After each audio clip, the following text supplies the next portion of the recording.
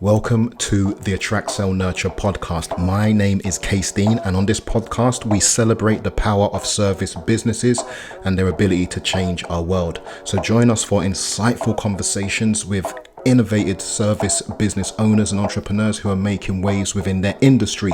We're going to delve into their experiences, their triumphs, their challenges, their inspirations, their motivations, and the difference that they are making in the lives of the people that they care about the most. So whether you're a business owner yourself or passionate about making an impact, this podcast is for you. It's more than just business. This is about using business to transform lives and our world. So tune in and be inspired by their stories and their insights on service business and societal transformation. Let's get into this episode. Welcome to Attract, Sell, Nurture. My name is Case Dean, and our guest today is Cydelle Stewart. Hello, Cydelle. How you Hi, doing? Case. I'm good, man. Uh, I'm good. I had an interview. It was just yesterday, and hmm it was with Karen Cruz, and I was telling her that I'm her biggest fan, undisputed. hmm I know that you've got lots of fans, so I can't say I'm your biggest fan, but I am definitely up there. I'm telling you, you may not know this, but I'm definitely one of your fans since we've met.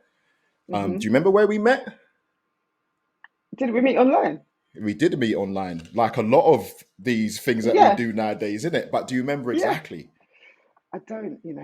Okay, so this is this, and you know what? When I tell Go you on, this tell me. story, you're gonna be like, that is so me. So it was in a black business group, and Oh, yeah, I was berating people the way I do about their need for a website and all yeah. this kind of stuff. And I just kind of like laid a smack down about how you need to know who you're targeting first or something along those lines. And hmm you were just like, preach, just tell them. And it kind of like just went from there. And I think over time you had interviewed me, and I actually remembered because I was in a piece of software the other day. You're talking about starting projects just before we hmm started recording. You're talking about starting projects and hmm forgetting about them because creative people are just kind of mad like that. Well, I Yeah, think I interviewed you because I saw yes. in one of my software an actual interview, and I'm like, hmm what? But you Yeah. know what it's been? It's been the ebb and flow of life, and I have to say, as much as it hurt people in different ways, that whole pandemic lockdown thing hmm messed me up. It just hmm messed me up on different levels, and it's just like I'm just kind of like coming back from that. But Yeah. I am, since the day that I met you, and I quote you when anybody mentions VA, I'm quoting you, and it's hmm things like I was working for an agency just recently, and the guy was talking about, yeah, the VA, blah blah blah blah. I'm like, no, the VA is not supposed to come here and work it out for us. You need to work it all out and then clearly explain to her what her job is. She needs to have a beginning and end. And I was channeling the stuff that I've been learning from you from our conversations. And I was hmm just thinking every time someone mentions a VA about you and the fact that you're the first person. I think the only other book I read around VAs was a book called Online Business Manager or something like that. And it was a woman Okay. who was helping VAs move from being a VA into a kind of To fully fledged IBM. business. Yeah, Hmm OBM, there you go. But hmm you're the only person I've met, come across, who really has this,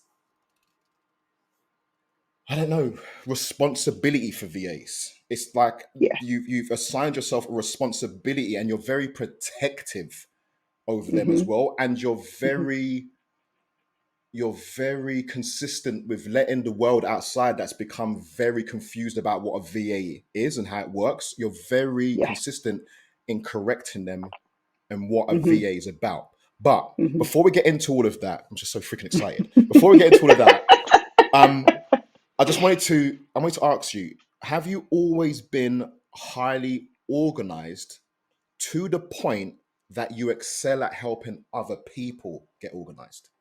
Yes. And where's that come from?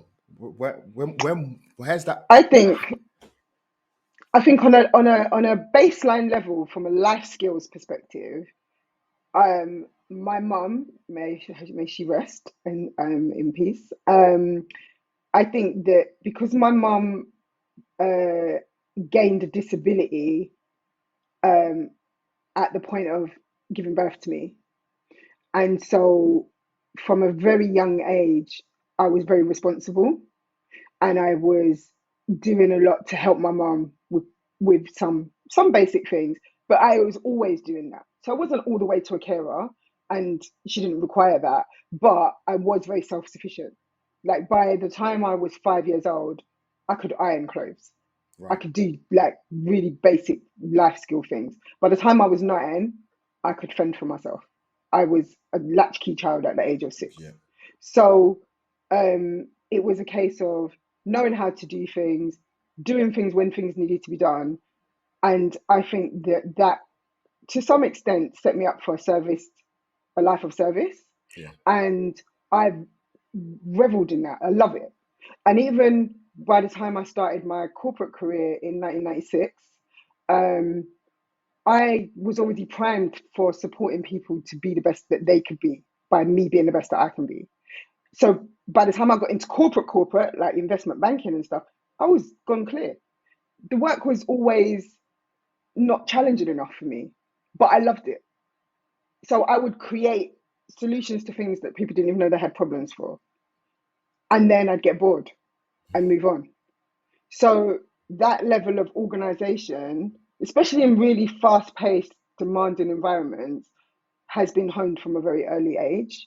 Um, and so I guess it's kind of inevitable that I would teach other people how to do that. And also why I get so frustrated when I see people not that people being not being organized is frustrating. That's minor. That's human. But when people are paid to support people and they're not organized, no, I'm not here for that. Like that I hear frustrates that. me. So look, listen, as I said to you, and you'll get used to this, you'll get used to me. I'm telling you as it is, I am Mm. super excited to have Cydelle here. And so I've totally skipped actually even explaining who she is. So allow me a moment. Rewind. There's not even run reround. Let's just put it in there. And then you'll understand a little bit about why I'm so amazed, not amazed, but so happy to have her because you're going to learn a Yeah. lot from her. But anyway, Cydelle Stewart is a business operations architect, virtual assistant mentor, and founder of remote support agency Remotely Onit. Love that name.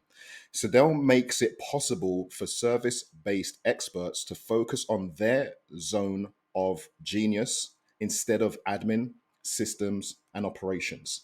So they can fill their days doing what lights them up, make more impact and more money doing less work. Process driven, passionate about excellence, and fueled by almost 30 years of experience in operational business support, Cydelle has designed an innovative framework that elevates clients' businesses to take them from successful to exceptional. Her work is described as efficient, essential, transformational, innovative, and futuristic, with clients citing her as revolutionizing the way that they do business. You see what I'm saying? Now, Cydelle's career began in the corporate world of executive office support. She's just touched on that a bit. We're going to dig into a bit more about that. And operations in 1996. She has 1996. You know, when you see those numbers, I'm 47. No, you're 47. I'm going to be 48. But you know, you see this Yeah. number, you're like, it's a It was long a time. long time ago. So she has over a decade of online business experience in her toolkit, having run her remote support business Remotely Onit for the past 12 years. With a small team and an end-to-end overview of what makes a remote office run to optimum efficiency. Cydelle and her team set clients up for success in ways that enable them to build their personal vision of success whilst living their best life. A full-time digital nomad, Cydelle is an automation geek. There's another piece of synergy. Lover of black men. Kinda. I love black men, but love black women even more. With beards. I don't think it's that kind of beard you're talking about. It's all good. An avid tea drinker. I'm more of a coffee drinker. And I know it's not good for you. Don't get at me. You can usually find her sipping a brew whilst watching a crime drama. Love that. Also, crime podcasts. yet another online tutorial, or getting excited about something she's discovered that airtable.com can do. Airtable is pretty amazing, but I'm not on that so much. Now, that is actually from a bio that you sent me, which Mm-hmm. is, again, so organized. Um, No, I'm serious, man. So Why you is it shared a link. organized? No, let me just get into it and explain what I'm saying, because this is the thing about people who do things like you said. You've been doing it naturally, so Yes. you've had to go through your career and learn patience. Am I right? Am I right? Yes. To a We certain are. extent, yeah. To a certain extent, because you're like, that's your credit of patience gone. But Mm-hmm. you've had to Mm-hmm. learn patience because certain things that you do with an organization, they're natural to you. Very much so. So when you come across people who have the potential to be organized, or as you've pointed out, their responsibilities lead them to have to be organized. I can understand that that must be frustrating for you, because for you it's natural to do. So when I say things like the bio, I Mm-hmm. can't tell you the last time somebody sent me something like that was not a big business that had a press kit and all those kind of bits and pieces, Right. which I know you'll help people with. But my Mm-hmm. question is, you shared me this link to your one pager. Can Mm-hmm. you explain to the audience? This is what I mean with a beginner's mind. It's like, duh, it's this. You're not like that. I know you're not. But Mm-hmm. can you Mm-hmm. explain to the audience what a one pager is and why you decided to get one? Okay, so obviously being invited to a podcast like this by like people like yourself who see something in me that they think that their audience is going to find valuable and they want me to come on and share. Fantastic, beautiful opportunity. I want to make it as easy as possible for people to be able to host having me on their broadcast, whatever that looks like for them. So instead of people having to say, okay, can you send me this? Can you send me that? And us going back and forth in emails, I want to make that as easy as possible. In an ideal world, that would be on my website. At the moment, my website's in development, so it's not. But the next best thing I can do is put it in one page. So you're going to have a little bit of background information, what I do, who I do it for, how I do it, and where people can find me. So then you've got the links, and then at the And bottom of that, for high res going to have images, high res images and have those linked as well. So we don't have to send photo files separately. They're all stored in Google Drive. You can access them. You can choose which one's going to work for your artwork depending on the background, colors, and all the rest of it. There's portrait, landscape, like I've considered these I things. don't I know. One of my powers, one of my superpowers, if you like, is anticipating people's needs. So for me, Wow. that's me looking and going, what would you potentially need? I have run a podcast, Virtual Duality. Feel free to look it up on all the online platforms. And when I was doing a podcast, I had to think about how do I get the information from people in the simplest way, in the minimalist steps possible, because people don't want to go back and forth. And if they fill in something for you once, trying to get something else from them later down the line is nigh on impossible. I would always send a broadcast release form out first. The next steps don't happen until I get that form back. Because if I try and get that form signed after I've asked for anything else, it's going to get forgotten because it's not important to them. The important thing to them is to get on the podcast. The important thing to me is that I've got all my ducks in a row, crossed my T's, dotted my I's. So let's do that bit first, and then the rest will flow. So I'm anticipating that for you, knowing that you're doing your podcast. How do I make your life easy? That's how I do that. One I'm page. telling you, like you cannot understand. That's just a little bit of how amazing she is. But this is the bit that I'm saying to you. I love automation, and when I'm talking to clients about it, I'm always talking to them about making their life easier. You've just blown Mm-hmm, my mind with the idea of I'm using automation to make other people's lives easier, mm-hmm, and that is big for me. Okay, now, you when in the bio, it talks about your career within executive office support starting in 1996. mm-hmm. If I've done my maths right, then your Yep. business starts around 2011. Exactly, 2011. Yep, August. Take that. I never got my GCSEs in maths, Me neither, but we're still winning. Who but I cares? use my calculator. So there you go. Um, but if we take into account that, when did your corporate career end, and when did your we know that your business started in 2011, but can you speak about the gap in between the two, please? Yeah, there was no gap. So they overlapped. So what had happened is I'd become very disillusioned being in corporate, the racism, the unconscious bias, the conscious bias. It's a lot to contend with. And I'm a tall, dark skinned black woman. I'm very sure of myself. I'm very assured in what I do. I do it well. And sometimes that doesn't go down so well. People feel that you, as an executive assistant or a personal Hmm. assistant, the operative word is assistant. Hmm. So you may well be amazing at keeping me in check and keeping my life together, but don't fly past your post. Know yourself. You're Hmm. an assistant. And so that became frequently frustrating, and I used to do a lot of contract work because I just enjoyed the new challenges. That was why I moved around so long. It was like, I'm going to get bored if I stay in one place. But then I worked at Morgan Stanley and invested, one of the top three investment banks in the world. Great place to learn excellence at a certain level where there are no excuses. You're messing with people's Right. money. You Right. screw up, you're gone. Right. Um, and so that was a great lesson. But then when I decided I didn't want to be in finance anymore, I didn't want to leave because the money was amazing. So I was kind of stuck in that kind of weighing up, where do I want to be? And then my role got made redundant. And that was the best blessing I ever could have had. And at that stage, I was a spoken word artist. So I was Did it like, feel like a okay, blessing at the time? yeah, immediately. Yeah. Yeah. I walked into work, Decision I was decision there. made for you kind of thing. Yeah, there was decision made for me and paid to go on gardening leave for 3 months. Hello, hello. Where do I sign?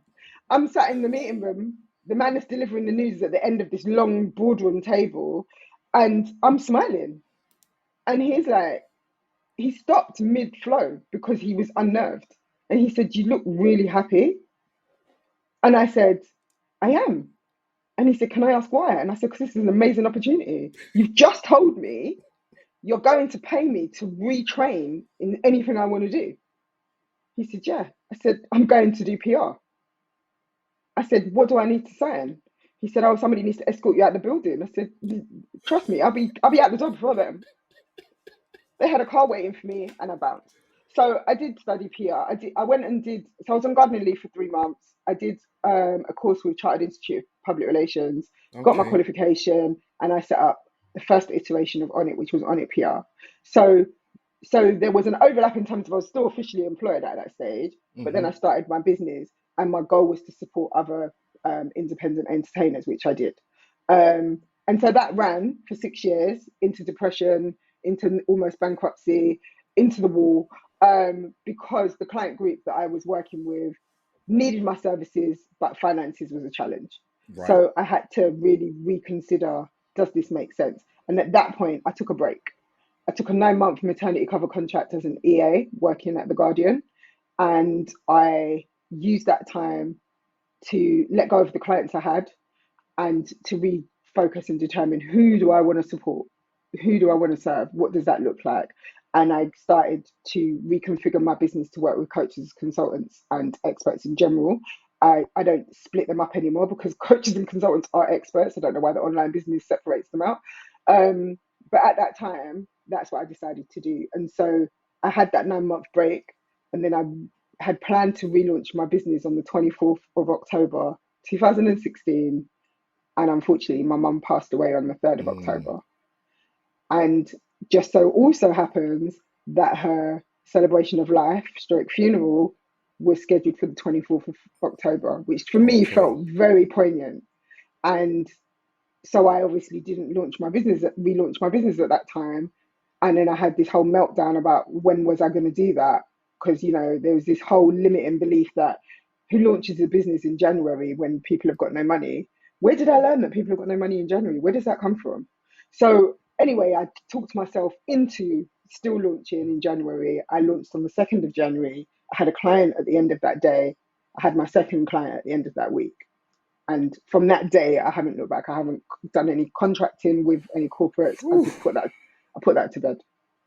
Here's a question. Within a 9 month break that you had and you were starting to rejig exactly who you're going to target, how did you go about it? How did you decide upon that new client target? What were, what, were- What what were the had, steps you went through? what happened was, at that point I had been a virtual assistant for 6 years. I had never heard the term virtual assistant. I didn't know what that was. I just knew what I did in terms of supporting people. And then whilst I was working on that contract, somebody had posted about an executive assistant conference, like a 1 day conference in London. And I went, and one of the speakers was a virtual assistant trainer. And she was talking about, how she became a VA. And I was thinking, that sounds familiar. I do that. I do that. I do that. And then I looked up virtual assistant when I got back to work the next day. And I was like, oh, who knew? I'm a virtual assistant. I've been doing this for nearly a decade and I didn't even know that there was a term for it. And then I discovered this whole world of an Hmm. industry that I didn't even know existed. That And you're a part of, right? that I was part of without even Yeah. realizing. And so when I looked into that, then I convinced myself I needed to do training because I've Right. invalidated my experience. Because, unless you've got a course to say you did it, if you're black and you're hearing this, you will understand. Yes.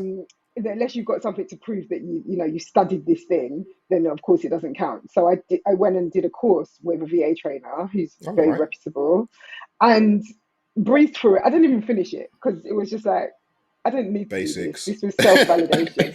Yeah, it was quite basic for my level of experience, to be fair. And so I just started. That was when I started looking at, okay, what type of people require the services of a virtual assistant, and out of those, who would I be drawn to?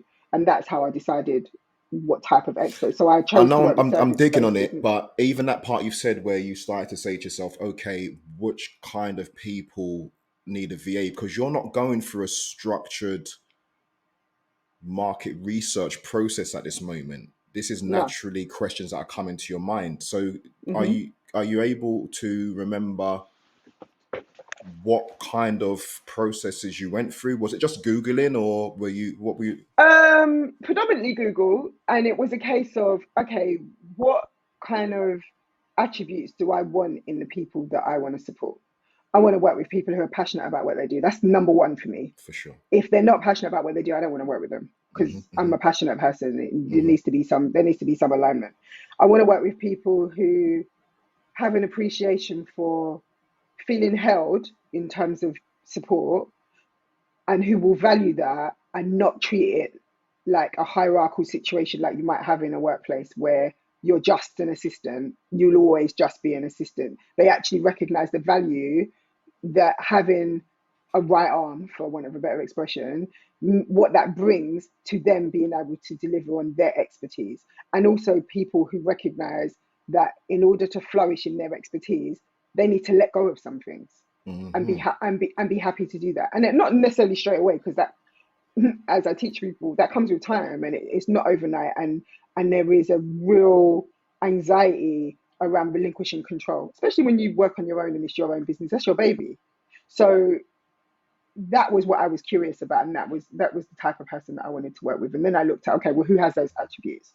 And then it was like I kept seeing a lot of things about coaches, and I knew quite a few consultants, so there were people that I reached out to, and then I ran with that. Nice. So today, after all of that time and doing it quite a few times over, how Hmm. do you describe the most ideal client for your services beyond what you've just explained just now? How would you explain that ideal client? If you had a bunch of people lined up to work with you, what are you looking for in those people? Our ideal client at this stage in our business is we're on Onit 3.0, right? So we went from Onit PR to Onit Communications to remotely Onit. So that's Right. the kind of iterations that we've had. And this feels now like it's very fitting. We're in the right place. Um, the type of clients that we work with in a typical ideal world for like my signature service, called Set for Success, that looks to work with people who've been in business, I would say 3 to 5 years. They're not just starting. They've been in business.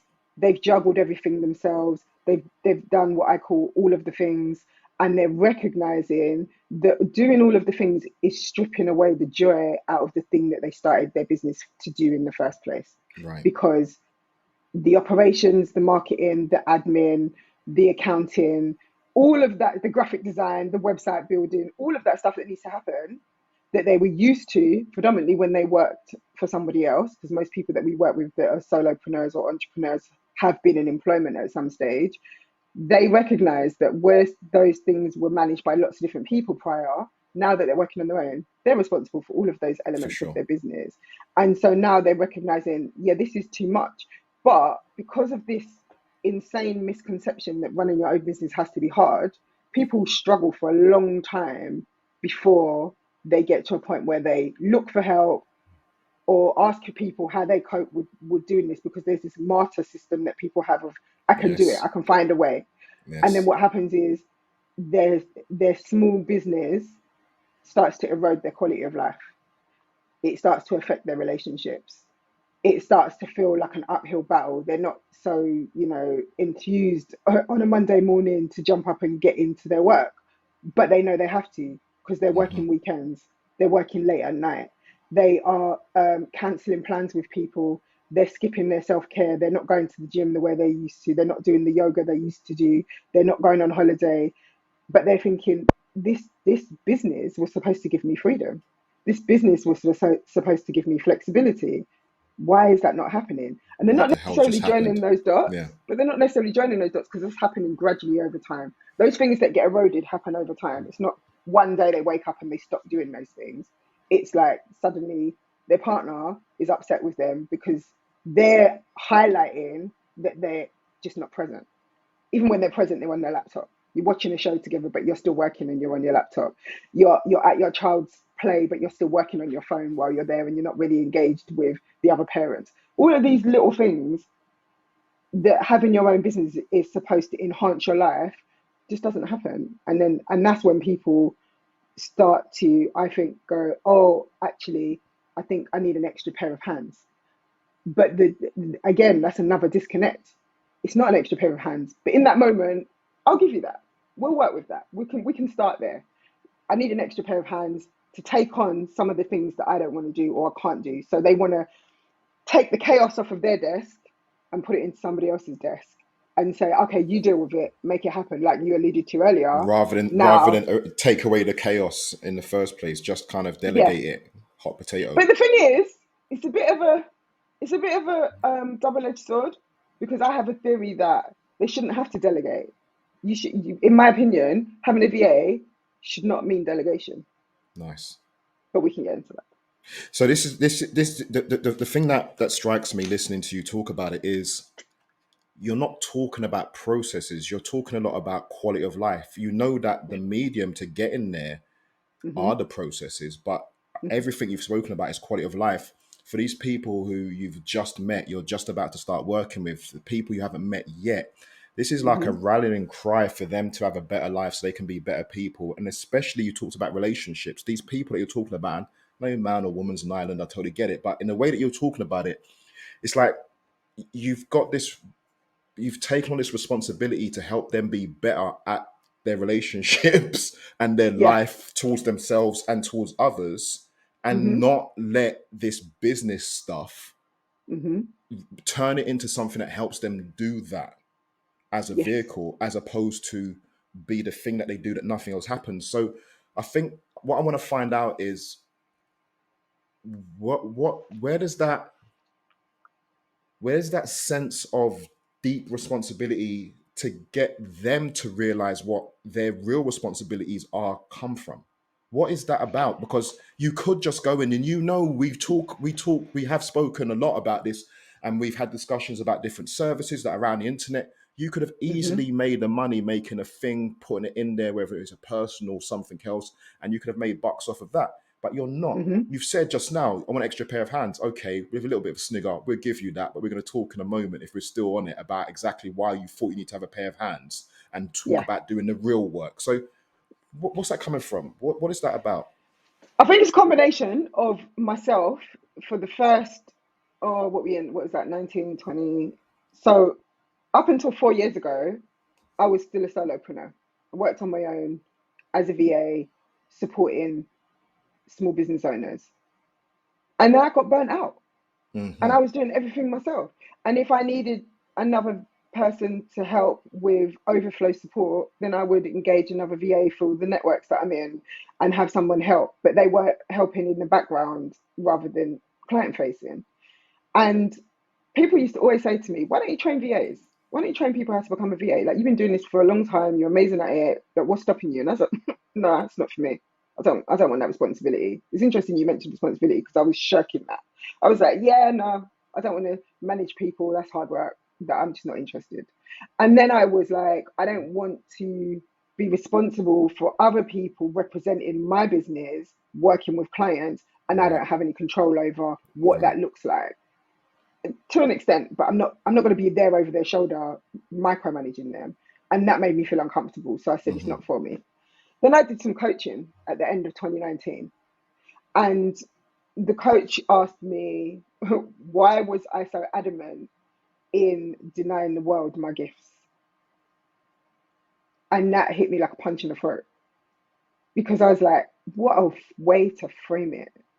And I didn't have an answer. Like, I just couldn't answer her. There was just, no matter which way I spun it, my answer sounded ridiculous. And it made me revisit if I wanted to, the two things. One, if I wanted to train other people to become a VA. And two, why am I on a struggle bus working on my own for clients when I was quite in high demand because most of my clients came through referral and still do. Um, so it was a case of, yeah, I could do this wider, help other people to do it, and then work with those people as well. Like, that's an opportunity for me to help people become a VA and then actually kind of nurture their early days as being a VA. And then if they decide they want to go alone later down the line, go off, be great, amazing.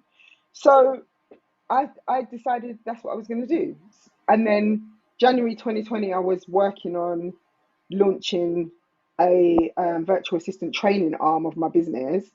And then February, For we went sure. into lockdown, right? The Yeah. pandemic. But I was still working on it. And I did launch it a little bit later.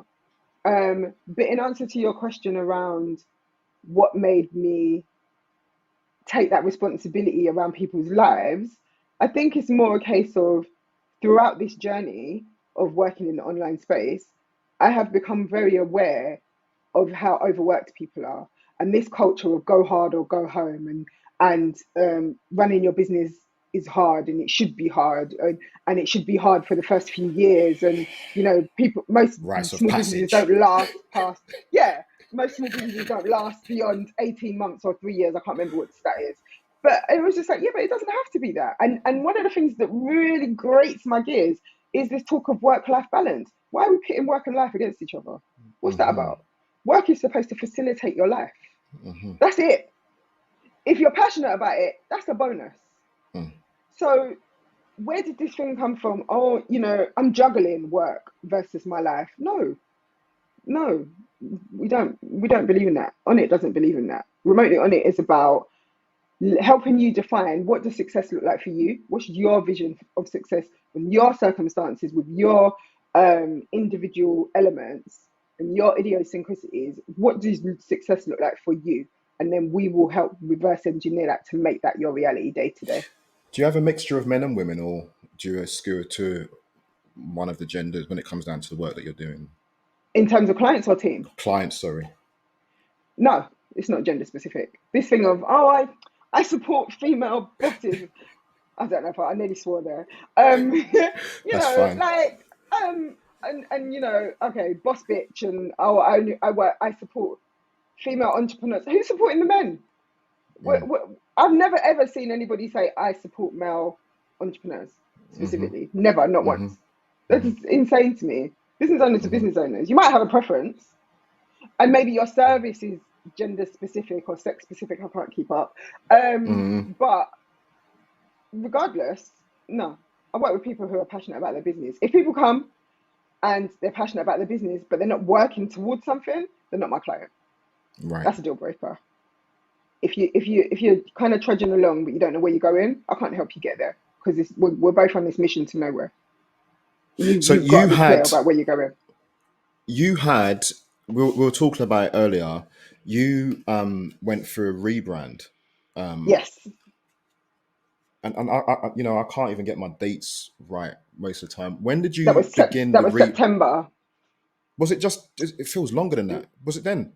And you're doing It all of was the shots and all of the yeah. the That was full. Okay, so that's her done. Then yeah. she's off to go and do modeling, isn't it?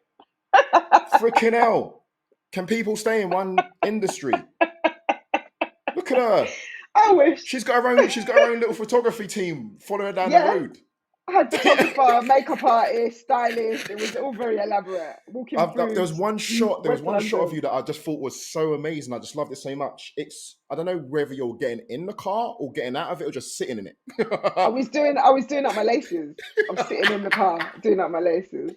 Yeah. And that shot just looks amazing. And over the years, we've had a conversation about the amount of businesses that I've started because somebody's decided to go and do a photo shoot, put it on a website, and I'm in business Yeah. because I've got Yeah. all of these glamour shots, and Yeah. Where's the I've done work? it. I've arrived. Look at my shots. But Yeah. for you, it was something different that you went through, and it Yeah. wasn't just. It wasn't just a. I think it's tied into what this coach has said to you. Hmm. It wasn't just visuals and looking a certain way. It was almost stepping into what you were Yeah. supposed to be. It's Yeah, stepping into my purpose. Definitely right. stepping into my purpose. That was a 9 month journey. Um, from following the coaching, I started working with Jay Gibbs, who is a purpose and identity strategist. And she basically helped me to define my brand. Like, who Mm, am I? What is on it? Who do we serve? What does that look like? What type of services do we offer? Who don't we work with? Like, it was deep. It's like the blueprint of your brand. And when a lot of people in business, especially solopreneurs and people just starting their own businesses from a passion, when they hear brand, they think of a logo. It's so of far course. from a logo, I can't even tell you. And I know that you know that. So we did this really deep work. And then from there, I worked with Kaylee Hall of Hall Creative, and she translated that brand into a visual brand. And that's how we got to Cydelle Stewart as a brand, because I was building a personal brand at that point as a consultant, as a business architect. Um, and that felt like the route to go. But what I was still doing, which wasn't really working, but I didn't know that, I know that in hindsight, was I was segmenting my brand, which didn't make Mm, sense in as I recognize now, where I was kind of going down this route of building a personal brand in addition to the brand that I'd already built. And so I mean, it turned out fine. We did the photo shoot, we had an online launch. It was amazing. Lots of clients that I worked with were really supportive and they showed up and people were sharing like unsolicited testimonials, which was beautiful to see. Um, and then I did some work off the back of that. And what had happened, this was all well, not post pandemic, this was during the pandemic, right? So this was September 2021. Um, and then it was like this massive crescendo, and then everything just crashed.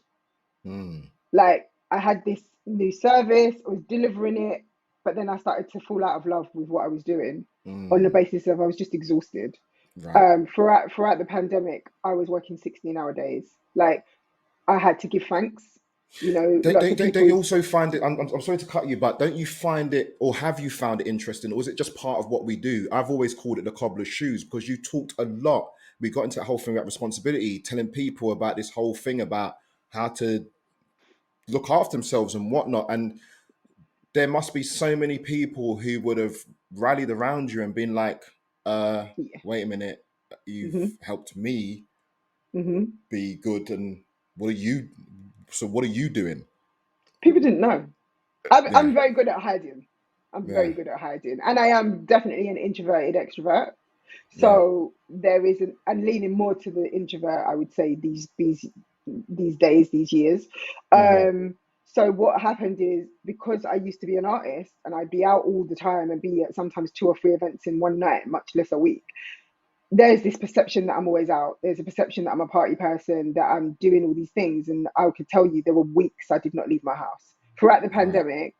The I first remember. lockdown, I I remember. left my house twice in 12 weeks. I remember. I remember it So now. I remember. it And it you did. it You did. was At that time, you were doing really well to it was a lot of text. And oh, you did a, we watched it. Yeah, Ellen and I I was watched it. sharing. You did a live. Yeah. You did a live, and you were literally, you could see that you were struggling, but you were doing it for yourself, but you're also kind of, again, this responsibility to get other people to step up. I think that's, you talk about we talked about organization, but you've got this ability, and in my brain, I'm not trying to bring it out too much because it's personal to you. But Hmm. when you start from where it come from a young age with your mum, I can still see the responsibility for others. Like you said, a life of service. I've been through the same thing. I was looking after my brothers when I was 9 years old, and I Right. just realized exactly that. I was put into a servitude kind of thing towards others and care about them like deeper than they care about themselves a lot of the time. Like Hmm. being able to, you talked about anticipating needs, Hmm. and there's a lot behind that as well. We're not going into that too much, but that whole kind of intrinsically knowing what people need to be better for themselves. It's not even for you, but Yeah. when I was watching the live you did, it was, I think it was IG live, and you were talking about it's been difficult with the pandemic and the rest of it. It's around these times that I'm just, it's this I'm reminded now talking to you that even when it's not going so well for you, obviously you Hmm. broke. That was clear. But Yeah. even when it's not going well for you, you're still looking after others. Because that live wasn't just about you. While you were doing that live, you were kind of like trying to help other people. Kind of, I know that you're also going through something. Don't feel Yeah, so because it bad. was sharing. It was sharing that for everyone who's going through a really difficult time right now and looking online and thinking everyone's somehow still living their best life in midst of a pandemic, just know that's not true. The Right, internet has a very, you know, a very good way of convincing you that all is well when it isn't, because people don't share their downsides online. right, People only share right. their highlights. They share the great things. You don't see the in betweens. And I am very passionate about sharing. I have all or nothing.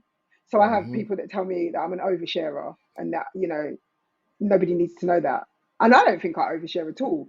I just think that the things that I do share are very much, I'm comfortable sharing them, even when they're uncomfortable things to share, Hmm. because I know that if if I can share it, that might make you feel like you can share something, and Beautiful. and I think that's important because we can't all be out here pretending that we're all fine, and it's okay to not be okay. That's, think it's beautiful, and that's what I mean about inspiration. Because I've, like I said, they used to call it lurking, but I watch without just coming out. I will send a message once in a while, but I've Hmm. watched your rise. I've watched your fall. I've watched you pick yourself back up again.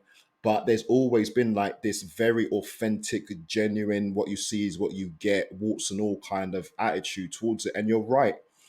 I've watched things from you, and it's helped me. And it reminds, I'm always telling people in this kind of situation, oversharing. I totally get that, but not in your situation, especially if it's you, unless you're like, oh really, I didn't realize. You know exactly what you're doing, so it's not Yeah. oversharing. You've made the choice.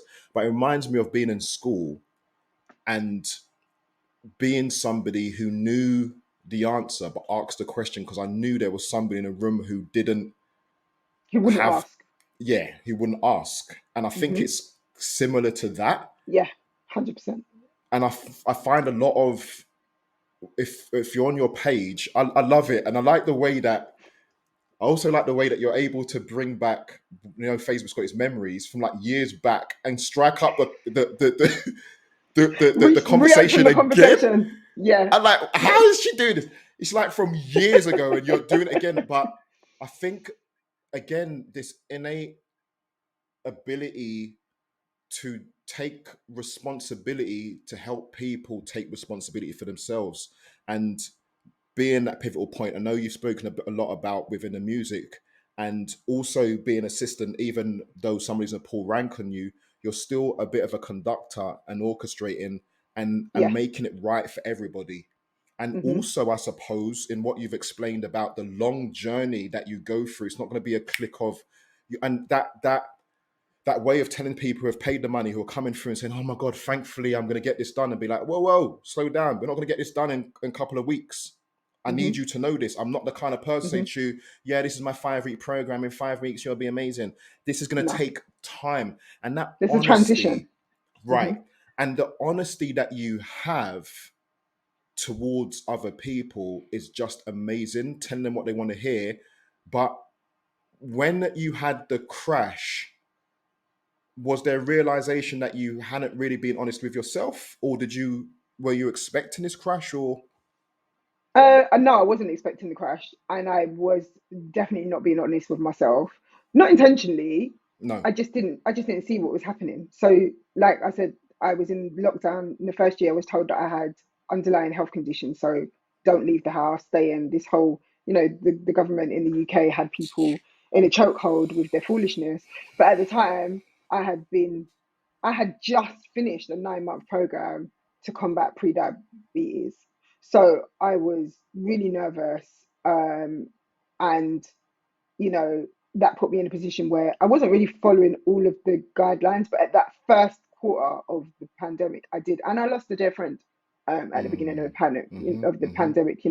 Ty passed away, mm-hmm. and that hit a lot of us very hard. He was a dear friend and a client for around 3 years as well. So there was, a real fear around, I don't know what's going on, but whilst they're trying to figure it out, let me just, rest my backside in my yard and just call. And in the meantime, everybody who was working in real life and face to face suddenly needed to bring their business online. So I was so not short of work. Like, I had my best year in business, Right, 21 to 20 to 21, to date. right. So it was a case of, why am I turning down work when we don't know what the future holds? Mm-hmm, So I was just all in. And in that time, one of the things that I had done is, obviously the entertainment world came to a standstill. So I said, I'm going to pull out one last time, I'm going to pull out something for my old client group. right. And overnight, I created a 9-week boot camp that we did every single day live. I went live um, every weekday morning at 10 o'clock for 9 weeks. That broke me. I Mm, didn't realize it at the time. I was on mm. adrenaline because every day I was planning the next day's lesson. And I was basically teaching people how to transfer their skills into something that could make them money whilst we didn't know what was happening with the world. And it was a phenomenal experience for all of us. But at the end of it, mate, Damn. I, I, Did you I don't know where I found the energy for that. do you find, as we're coming, we're passing the middle now of 2023, do you find that your attitude towards work is the same, or is it drastically changed in the way that you talked about balance between work and life? But I think for listening to you, there's a balance between how much you look after others and how much you look after yourself. Because again, this 9-week boot camp wasn't about you. It wasn't about I need to make a buck. It was just like you were sitting there and just like, Yeah, Rav, you went quickly just in the conversation from diabetes, waiting for the government to find out yeah. what's happening. Oh shit, there's a bunch of these people that I know are struggling. Oh my Hmm. God. And I left them behind, but now this is really on top. I need to help them. And you just Yeah. got your cape on and sprung into action. But do you find that in this year now, where you are now, Hmm. Cydelle, do you find that you're striking or have struck a balance between how much you look after others and look after yourself, or is it still the Yes. same energy? Absolutely. And that's a really interesting distinction that you just made there about springing into action, because I hadn't thought about it like that. In that moment, it just felt like I had the skills to help people. Why wouldn't I? And I barely charged anything for that. It was just the cost to cover the tools that I needed to Right, use. right. Um, so yeah, what happened was in what we in now, 23. So by mid 2021, um, August 2021, I hit a wall. I wasn't leaving the house. I was really agoraphobic. I wasn't taking care of myself. My skin was a mess. Like, everything that could have gone wrong had gone wrong. Your skin looks amazing now, I know. right? Thank you, darling. Thank you. I'm drinking more water. I never used to drink water ever. I ever never used to drink water unless it had Vimto in it or something. So, um, basically what had happened is my close friend and business partner in another business, who wasn't my business partner at the time but was a very good friend. He's a personal trainer and a life coach. and he was concerned. He didn't tell me he was concerned straight out the gate. And he knows me well enough to know I probably would have bristled and been quite resistant. But he came around and he said, "Let's go for a walk." And I was like, "Why have we got to go for a walk? We can sit here and chat." Do you know what I mean? Like I didn't clock straight away where this was going. Anyway, we went for a walk. I just couldn't walk. Yeah. I was out of breath. Couldn't walk. Yeah. Yeah. We got up the road and I had to sit down on a wall. Yeah. And I didn't really notice how concerned he was in the moment, but then he waited. He's a very patient person, and and then we walked a bit more, and then he came, and he lives clean on the other side of London, and he Right. would come deal with Blackwall Tunnel, and if you know, you know, and Mm-hmm. he would come and get me out of the house and get me to walk, and then he set me, a little task of, okay, just walk for 20 minutes a day, Mm-hmm. not even based on numbers, just do Mm-hmm. 20 minutes a day. Then it was, okay, do 1,000 steps or 2,000 steps. And I was like, 2,000 steps, where am I going? And we had a really heated back and forth because I got really frustrated and was like, where am I walking to? If there isn't a purpose, I want to reverse engineer the journey, right? I'm thinking process in my head because I'm so process driven that even going for a walk has to have a purpose. A purpose. Because if I'm walking to the end of that road, okay, so I'm like, where am I passing? Okay, let me go in that shop on the way. So then I felt like I did something. He's like, you are doing you. And I was like, oh. And I broke down.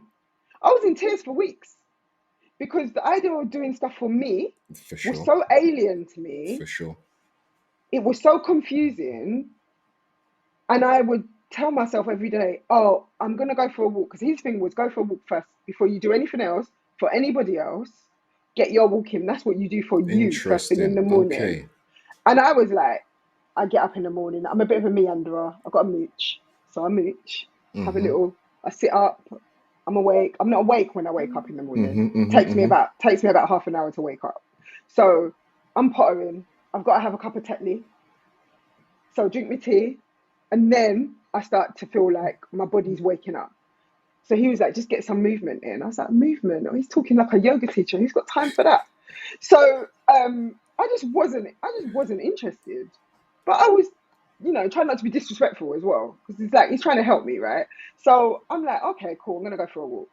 So then I kind of walked around the perimeter of where I was living at the time. And then it was like, oh, this is long, I've got things to do, I've got a meeting in 15 minutes. Like I was always thinking about work. And it took about 6 months for me to make the switch into recognizing actually this was making me feel better. Right. And and then I joined a walking group. I only lasted 2 weeks, I'm not gonna lie. But hold tight, Angie Lamar, for her We Walk Wednesdays groups. And I joined the local one near to me, and I used to go. I say I used to go. I went went twice, but it was more a case of I actually, with my introverted self and where I'd been so isolated for so long, at that point, I just wasn't ready for the small talk conversations whilst Yes. walking. I can't start walking and talking. Who's got time for this? Yes. This is hard. It's I'm one or the other. concentrating. Let me Not concentrate. even concentrating. I'm preserving my oxygen. Like I'm doing one or the other. Because otherwise, it might end badly, and someone's gonna have to call 999. Like, let me just walk in peace. So, after what, and then I was doing training with Cersei. So he would come and we'd do stuff in the park, um, and that was a beginning of a journey of actually just learning to do things for me, Yeah. and that's been what nearly a 2 year journey now, and it's Right. taken that long. It took 18 months for me to recognize, yeah, this is real, this is serious. Like these ailments, I was having issues with my knee. I went to the GP, and the GP's telling me I've got osteoarthritis in my knee. I was like, sorry, what? He said he was so unconcerned and blasé that I was offended. And then he said, yeah, well, around 50% of the UK population have got some form of arthritis. He said, no, sorry. He said almost 50% of the UK population um, have got some form of arthritis over the age of 50. I went, you what? I said, I'm not 50. He looked at his computer, he looked at me like he was so perplexed, and he went, "You're only a few years away from 50." And that was a wake up moment because I hadn't thought about myself. In my head, I'm still in my 20s, For sure. maybe 30. For So sure. the idea that on paper, actually, like, this is real. Like, you're not getting any younger, and your No. body is going to deteriorate. What are you going to do to work with it rather than against it? I was still smoking at that point. I was still, eating takeaways on a daily basis, sometimes twice a day. I wasn't cooking. I wasn't taking care of myself. I wasn't drinking any water whatsoever. And I mean none. Unless I used it to make a cup of tea, water didn't pass my system. So it was really bad. And and then going through that process with Cersei and having the life coaching element, where I'd done training with personal trainers before, but I'd never had the coaching part of it. And that was a game changer for me because it made me look inside myself. He asked probing questions that made me have to really think and be raw and honest with myself. Even if not sharing with him, it was Yes. I can't avoid myself. Do And you so then I think that the started to knowledge dig that you into it. have now about all of that, not, don't think, not, my question isn't, do you think, are you feeding your knowledge of that, your experience of that, Hmm. back into your work when you're helping people? Obviously, you're not doing personal training with them, Yeah, but the ages of the people that are coming through, and this is something that I've talked about with my neighbor just recently. With the age that we are, you do get to that age where you start to realize, yes, the only body I've got to look after myself. yeah. And back to what you're saying about the business, I'm, you're supposed to take care of me, and the business is Hmm. supposed to help me live the life I want. But that also, that part of overworking yourself mentally, emotionally, physically, and Hmm. taking into account that you only do have that body. I think you already were talking like this with your clients, but has this experience given you extra that you're now feeding back into them, or is it Yeah. just your own self? No, I think it definitely is. I think it's more a case of looking at my business more holistically and recognizing the client journey more holistically, Great. saying Okay. because what I was finding was people that are coming to us, like I said earlier, when they're already over it, that their business is just not bringing them any joy anymore, and they don't even recognize that that's what the issue is. They just think, oh, I need help because I've got too much to do. They're not looking at, am I charging enough for me to have to be working with so many clients? Could I be offering a program in a group setting rather than one to ones and killing out Right. myself with all of these one to ones in my diary? They're not looking at automation because in their mind, automation is so alien to them. And also, I had some clients who were really resistant to automation because they felt like, well, it's robotic and um, desensitized and impersonal. Some people felt like it made them look pretentious. It's fascinating the things that come up. Sure. So um, there was a lot of resistance from people that was impacting their lives, and they didn't recognize it was impacting their lives because they weren't thinking about it like that. So when I started to recognize how it was impacting my life, I was able to give a lived experience example without making it about me, Of but course. like Of course. making it relatable to them, and that resonates for a lot of people. I suppose for you it would be, you've gone through that experience, and so the points you're making before, which are salient, they make sense, but now it's more urgent because it Hmm. shouldn't be talked about in the sense of life or death. But when you're Yeah, saying that people have been through it, when I'm hearing you say that, I'm also thinking these are people who've been through it but not been broken by it yet. And I think yeah, there's also a sense of urgency for them to realize, don't play around. You don't want to get broken first. You know that first. you're talking about being overwhelmed, and I totally Hmm. get that, overworked. But if you're not careful, you can break, and then it might be difficult to put yourself back together in a way Hmm. for you to even keep this business running. So I find it very interesting when we're looking at service businesses, and you said people are passionate about what they do, and you mentioned about being a martyr. I've had so many prospecting calls where I'm talking to people about, why do you want to do your business? Why does your business exist? And they're like, yeah, because I want to look after the people. I love the people. I'm like, shut up, man. Listen very carefully. We've already had one Jesus. We don't need another one. So why do you want to do this business? Yeah. And I think that whole thing of helping the people that you work with not only just fall in love with their business, and this is the way I'm thinking about the experience, but also fall in love with themselves. Because it sounds like we end up, us with our big hearts and our people centeredness. I understand exactly what you mean of being an introvert, extrovert. I'd be at my wife and I'd be like, yeah, too many people need to Yeah. come out. I just need to Hmm. come out. But at the same time, I think we kind of treat ourselves sometimes like we talk about, we pour from our cup. Yes. Like it's our job to pour from our cup But all our the cup has to be time. full. We can't fill from an empty cup. And I think that's the bit where, like you said, the spring into action, and from a young age knowing how to just take care of it and get it done. You don't want to hurt yourself, Hmm. but and it was something that there's something I've realized with my mum. My mum is, I definitely got it from my mum. My mum now is going through a double knee surgery. She's on one of these little Oh. walker things, Hmm.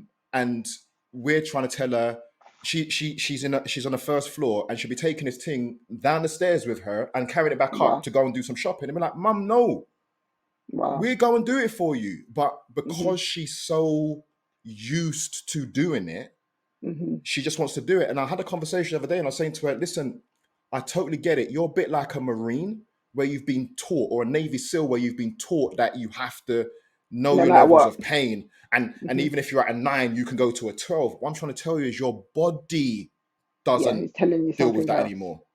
Hmm. Your mind may be saying it, but your body can't. And you're actually at the moment, rather than you working out how much pain you can take, Hmm. you should be thinking you shouldn't be taking any pain at all.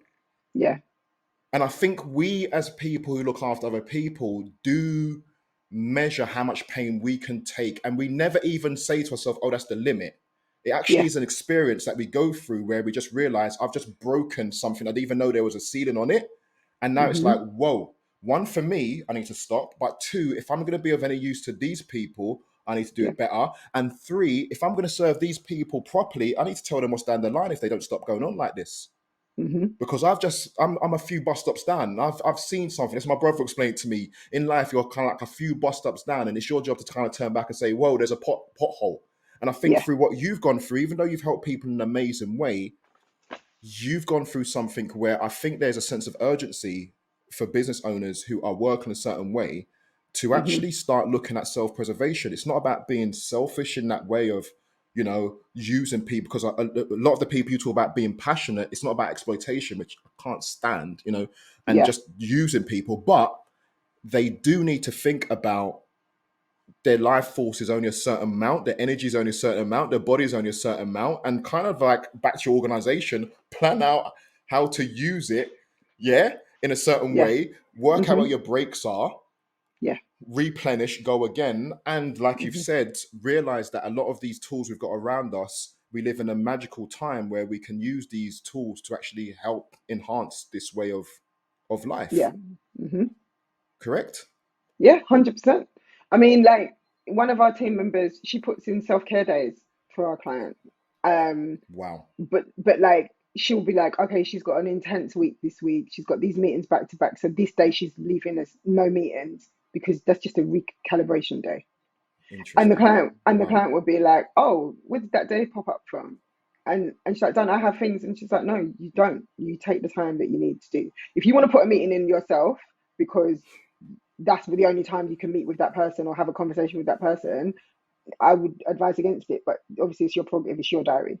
But all of our team are very self care centered, um, and so we look out for clients in that way.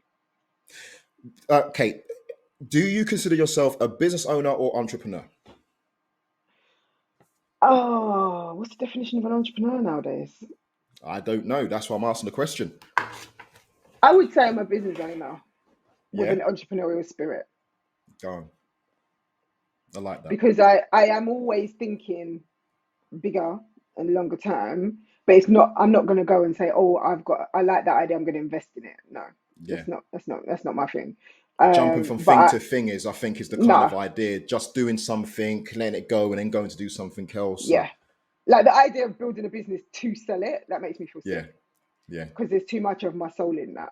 yeah. Um, so I have a business which is remotely on it, which is remote possibilities actually, which is which is the umbrella brand, and then there are two brands beneath that. So Okay. Remote Possibilities Limited, and then out of that is Remotely Onit, which is the remote support agency, and then the other side of that, which is launching, so you get an exclusive on this, which I haven't told Nice. anybody about yet, is the Possibility Academy, and that's what's coming. Ah, wicked. Very good. Very And good. and the We and the spoke Possibility about this, I Academy, believe, a couple yeah. years back. But I Nice. but I launched a VA arm to the business previously called From PA to VA, and That after was a it. lot of That was the one. after a lot of expense and time and energy and development work, launched and then very quickly recognized, yeah, this ain't the client group I want to work with. No, I was spending a lot of time trying to convince people who were EAs and PAs why they should become VAs, I know them and ones. they're very employee Yeah. minded, Yeah. and so as much as they like the idea of working for themselves, they're never going to take the leap. No. It's just not for them. They're not there. No. No. Whereas there is a huge mass of people who are already VAs, especially in the 12 to 18-month zone, where they've been doing it, they're enjoying it, but they've hit a wall because they're Mm-hmm. muddling through. They Mm-hmm. don't really know what they're doing. That's my target group. If you were a fly on the wall, Hmm. listening, overhearing a conversation between your clients or clients speaking to a friend of theirs about you, what would you love to hear them say about you? Oh, that I run a business that has changed their life and given them back the passion that they have for their business. Because I feel like that's the part that gets dimmed over time. The joy gets sucked out. So knowing that I have a little small part to play in them reigniting their passion for their business is a huge deal to me. Yeah. Okay. How do you measure business growth or your Hmm. personal growth as a business owner beyond revenue? How do you say to yourself, yeah, this is all right. This is actually going in the right direction more than just I can see more money coming in the bank. Through I had the words and it's disappeared. Through experience. So Okay. that sounds a bit vague. Um, so through going through things and recognizing that I'm dealing with this differently than I would have 2 years ago. Interesting. I like that. So the growth for me is taking breaks. Before I wouldn't take breaks, I'd power through because why do I need to take a break? I can take a break when I finish working at the end of the day. Yeah. Yeah. I don't need to take a lunch break now. I'll take a lunch break. Um, Taking time to have a screen break and go for a walk. Going for a walk, knowing that I could be working on something, but I'm working on me. Like that's growth for me. And it Yes. sounds a bit cliched, but that's massive for me because it was such an anomaly before. Hmm. In terms of the business itself, I would say growth is knowing who your clients aren't. I learned a lot in the last year, specifically who we don't want to work with and Hmm. why. And recognizing when something's not working, and instead of continuing, which was never really my thing, but instead of continuing and being like, oh, well, they're happy, so, and they're happy to pay us, so we should continue, actually saying, this isn't working for us. No. And this is why. Is there a way that we can address it and a different approach that we can take? Or maybe we're just not a good fit and saying to the client, yeah, we just don't think that this is aligned, and letting people go. And I've done that. And I have done that with a client because I didn't think the relationship was working due to a third party relationship. And it felt like a conflict, not of interest, but just a conflict that was causing friction. Um, and so we had a review with the client, and the client said they were loving the service and they were really happy. And it was like, oh, okay, this is my perspective. And they were surprised, but they took my advice and they left. Right. And a year later, they came back. Really? Mhm. And when And they came back, it's quite a high profile client actually. but when they've come back, is the relationship better now? Yeah, Or yeah, because they have a different level of respect for the fact that they knew that we were essentially turning away money.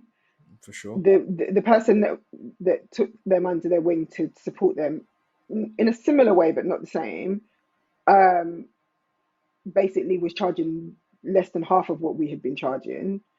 And but they came back and they said, yeah, the service was just not on the same Hmm. level, and also it just felt like an uphill struggle a lot of the time, and working with us was just so easeful.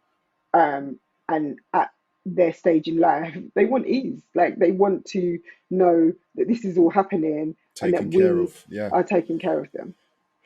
It's just it's beautiful, and it takes a lot of strength of character, and it does take a lot of confidence in knowing who you are, what you've got, what you're about, and Hmm. experience to get to that point to letting clients go. Very very nice term for it. I'm just talking about firing clients, just nope. And it is that part of getting to a certain amount of structure and foundation in your business where you're not holding on to clients just because they pay you, which I Yes, think is can be the most toxic thing of all, but is it's very working easily with done. people. Of course it it's, is. You're it's very working with easily done, people and who are yeah. quite toxic to you, quite toxic to your business, but you're looking behind. It's an abusive relationship. It's a dysfunctional Oh relationship. yeah, Looking beyond 100%. all of that, just at the money, and even then, that's not really being to most people who are this way inclined. That's not being true to yourself. You've Hmm. never been that kind of person anyway. So I think building your business to a point where you don't have to hold on to a client just because they're paying you, and Hmm. rather have a base of clientele where you look at each one of them with just a sense of love and pride, or positive Yeah. feelings, I think is definitely the way to go. All right, listen, Hmm. it's bonus question time. I need you to pick a Hmm. number between 1 and 18. 14. 14. What's the most daring business decision you've ever made, and why? The most daring business decision I ever personally made was to build an agency model, Yeah. because that was a lot of trust in other people that I couldn't control. And what do you mean by Um, that? because I'm bringing people on board. I have associate VAs. We don't use the term virtual assistant in my business because everybody's a possibility ambassador. That's their title. Okay. Mine is possibility architect. There's possibility ambassador, and that is on the basis that they're making it possible for our clients to live the way they do.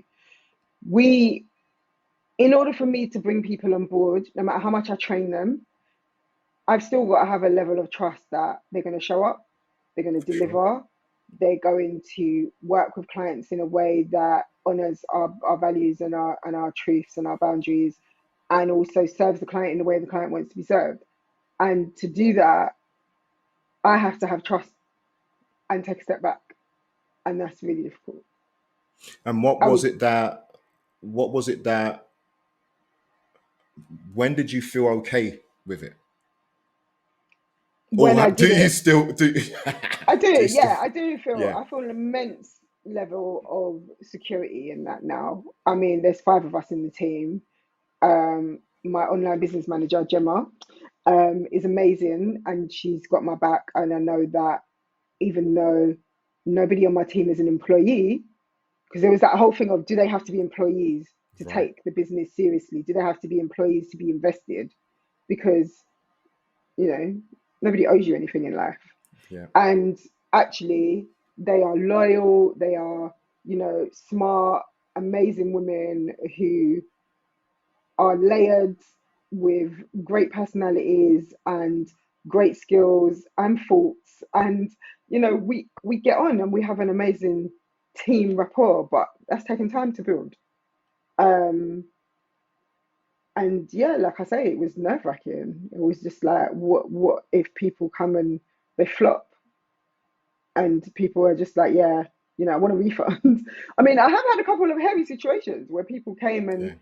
they represented in a particular way, and then they messed up. We had a client who was amazing and very, understanding, because I nipped it in the bud and dealt with it straight away. but the team member was working with them was cooking on a call, like had a computer across the other side of the room and was cooking at the stove. Like, and I happened to be on that call because it was early days. I was shadowing, and I'm like, "Is this real? Is this really happening?" And I'm trying to be professional because I don't want to like Call it out. blast the Right. woman on the call with the client. But I was just so befuddled. It was like, what is she doing? And the client looked a bit like, okay. And so we lead the call. So the team members lead in the call while she's cooking. That is so surreal for my It was mind. surreal. But do you know what was real? When I told her this is not going to work, take her. That's what was Seriously. real.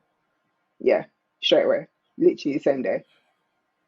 How do And you did you with that situation? Obviously, we're not going to denigrate anybody, but with that situation, do you take any responsibility? Was there anything that you saw in the recruitment that you were like, yeah, I knew in this the one was a little onboarding, in the induction, in the onboarding, I would never in a million years would have felt that I needed to be explicit and say, do not cook on a client Zoom.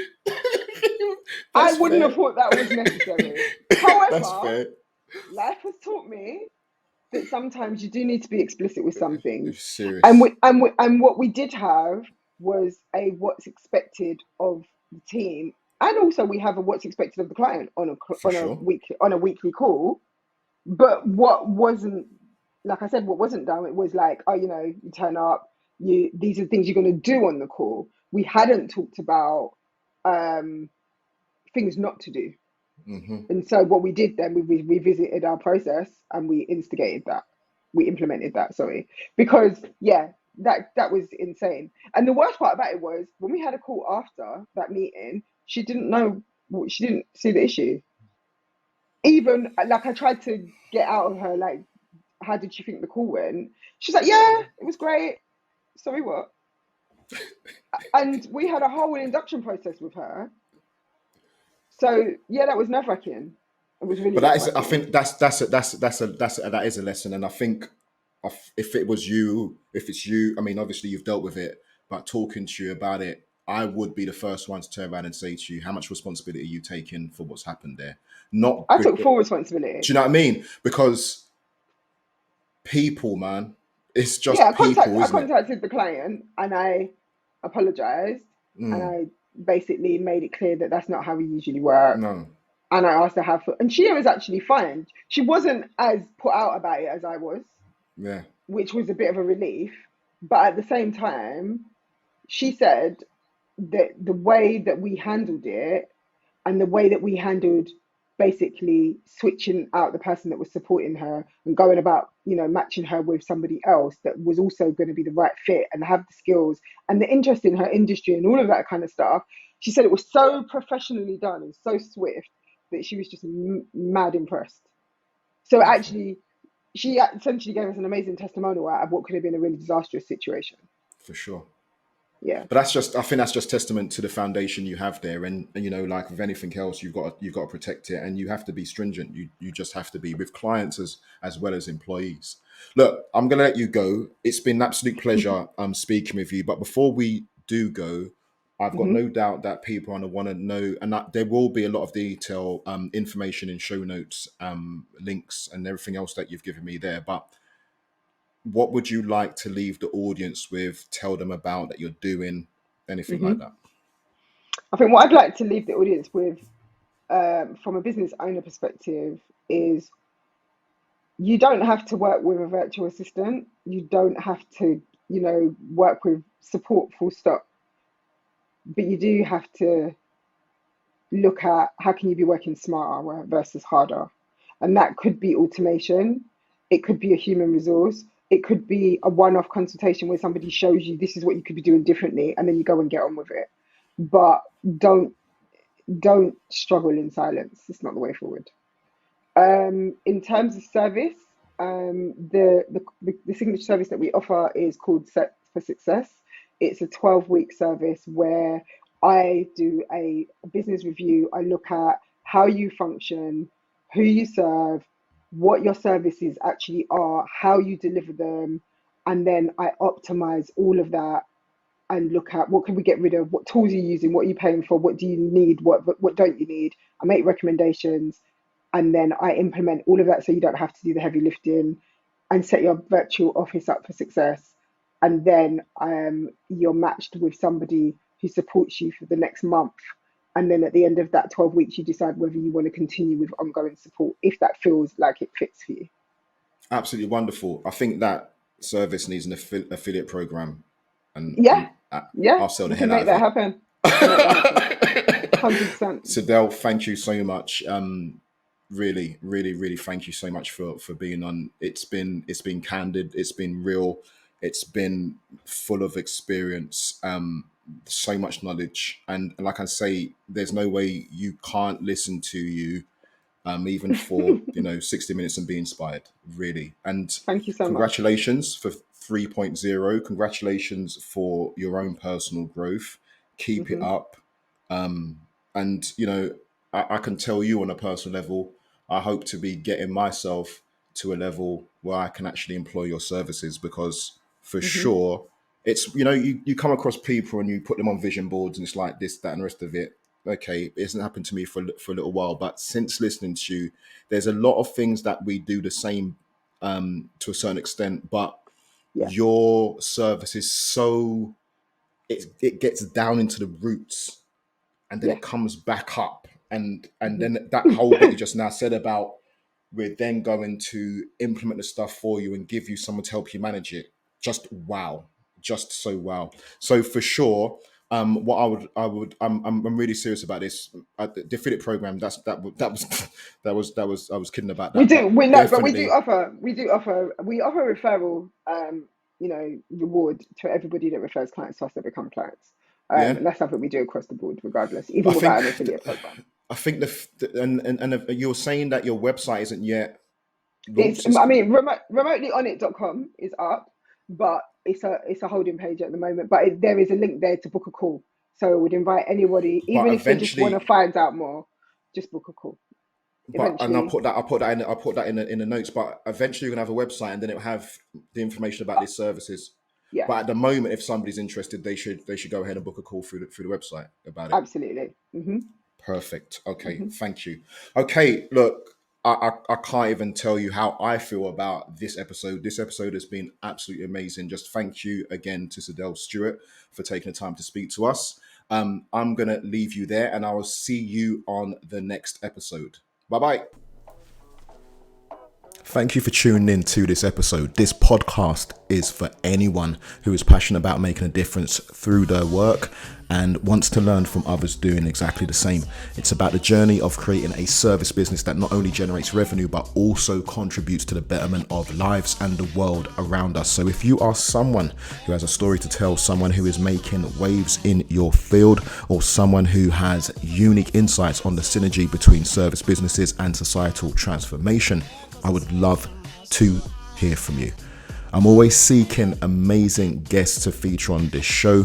So if you or someone you know fits this description, please apply via the link in the comments or the show notes of this episode.